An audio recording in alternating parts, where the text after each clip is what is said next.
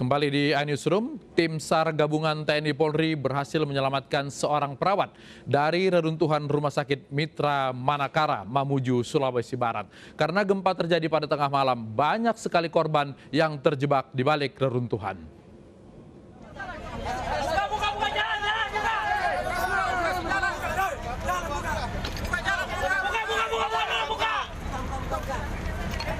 Satu perawat Rumah Sakit Mitra Manakara berhasil dievakuasi tim gabungan TNI Polri dari reruntuhan bangunan.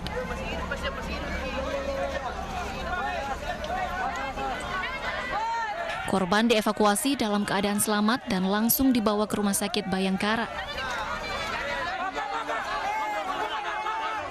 Selain perawat, petugas juga berhasil mengevakuasi dua korban lainnya, namun sudah dalam keadaan meninggal karena tertimbun reruntuhan bangunan.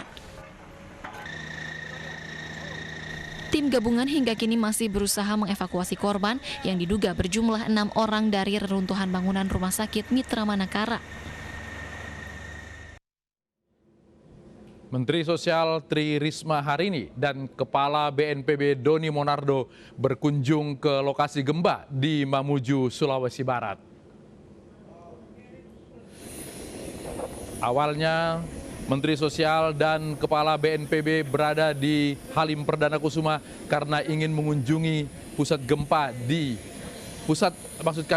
kawasan longsor di Sumedang. Ketika mereka akan berangkat, tiba-tiba mereka mendapat perintah dari Presiden Joko Widodo untuk segera berkoordinasi menangani gempa bumi yang meluluhlantakkan Mamuju dan Majene, Sulawesi Barat. Saat ini, Menteri Sosial dan Kepala BNPB sudah berkeliling di kota Mamuju. Mereka melihat para korban yang berada di pengungsian, serta para korban yang dievakuasi dari rumah sakit ke rumah sakit darurat sementara.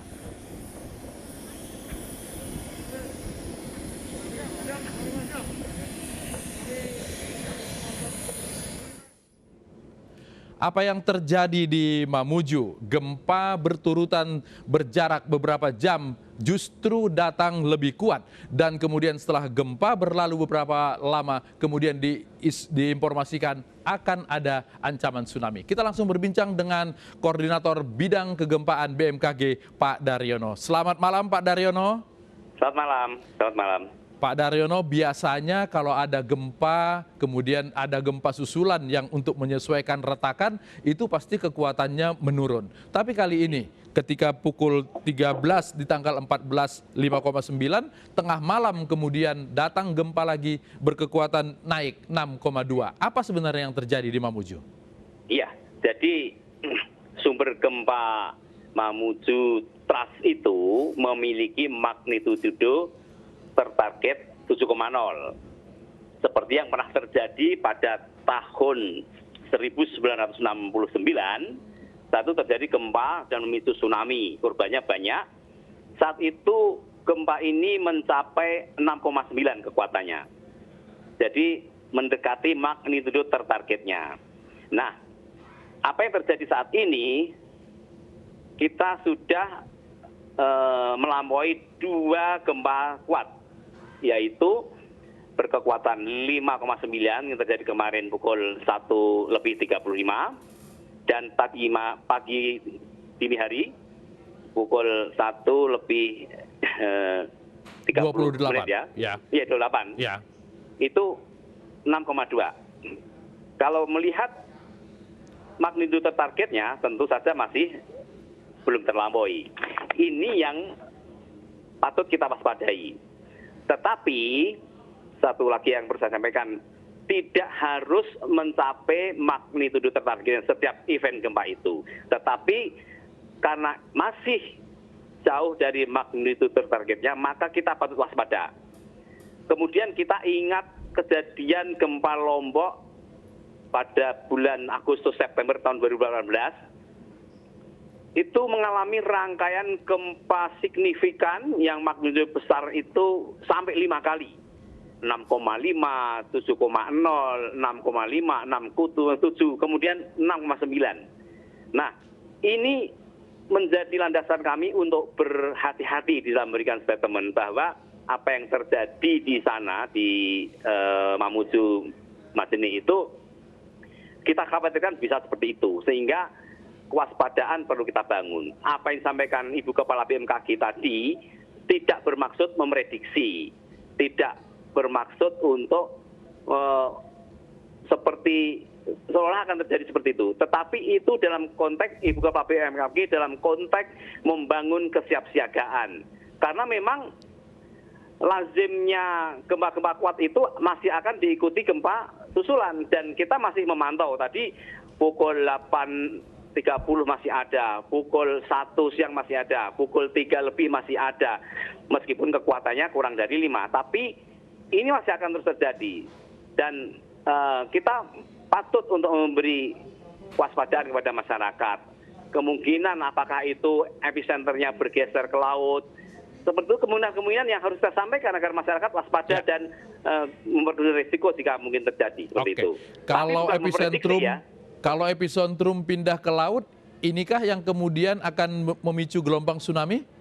Dikhawatirkan seperti itu, meskipun tidak memprediksi seperti itu, tapi kemungkinan ada karena tahun 1969 itu pusatnya di laut dan memicu tsunami. Ya. Ini bukan bermaksud menakut-nakuti, tapi membangun kewaspadaan masyarakat pesisir, Majene dan Mamuju bahwa jika merasakan gempa kuat di pantai, segeralah menjauh dari pantai. Bukan berarti sekarang harus mengungsi ke tempat-tempat tinggi, meninggalkan pantai, tidak. Tapi membangun kesiapan evakuasi mandiri, menjadikan gempa kuat sebagai peringatan dini tsunami dan tidak perlu menunggu peringatan dari BMKG karena sumbernya dekat. Baik. Dan golden time-nya sangat singkat. Oke.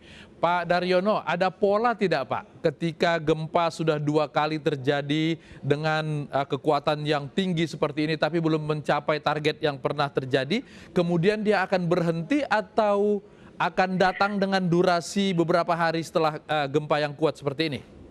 Bisa juga seperti itu. Jadi tidak harus sampai kepada magnitudo targetnya.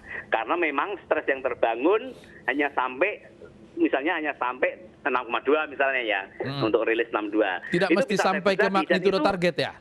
Iya, jadi di bawah magnitudo target bisa saja terjadi. Tapi dalam konteks kewaspadaan kesiapsiagaan mengurangi risiko ya kita ambil pahitnya supaya masyarakat kita aman karena kita tidak bisa memprediksi, Mas.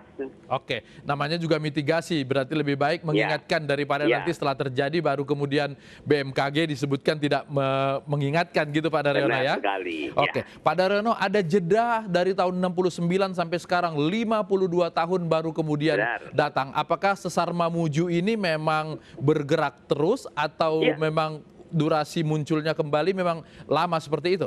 Ya, hasil monitoring GPS itu pergeserannya itu, laju gesernya itu 2 mm per tahun. Jadi cukup aktif Mas. Dan ini suatu sesar yang memang harus diwaspadai karena kita melihat tahun 63 di Polewali Mandar ini juga memicu tsunami. Kemudian 69, kemudian tahun 1984 itu di Mamuju juga 6,7, banyak rumah rusak juga. Jadi ini sejarah gempa yang tidak boleh kita abaikan terkait dengan tingkat keaktifan sesar tersebut, Mas. Oke, seharusnya kalau melihat keaktifan di sana itu bangunan harusnya dibangun dengan kekuatan menghadapi gempa, Pak Daryono ya? Betul sekali. Kalau yang Bapak lihat dengan kerusakan yang begitu parah seperti ini, apakah memang kekuatan struktur bangunan terabaikan?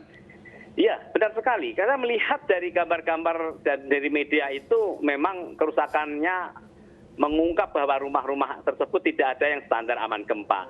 Semuanya dibangun dengan bangunan yang seadanya, yang penting rumah tembok tanpa melihat tulangannya, tanpa melihat kualitas adukan semennya, sehingga itu mudah rusak jika terjadi gempa.